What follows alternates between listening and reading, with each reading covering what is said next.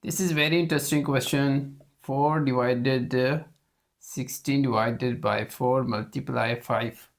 Okay, so here is divide and here is divide and here is multiply. Okay, so first of all, inside the parentheses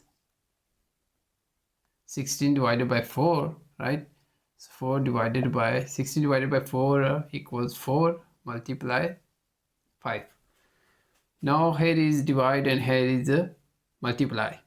So first of all, we use PEMDAS from left to right, follow the order of operations, right? So multiplication and division, right?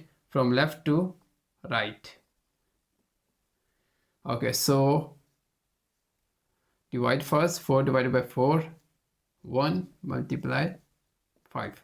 So 1 times 5 equals 5. This is the correct answer.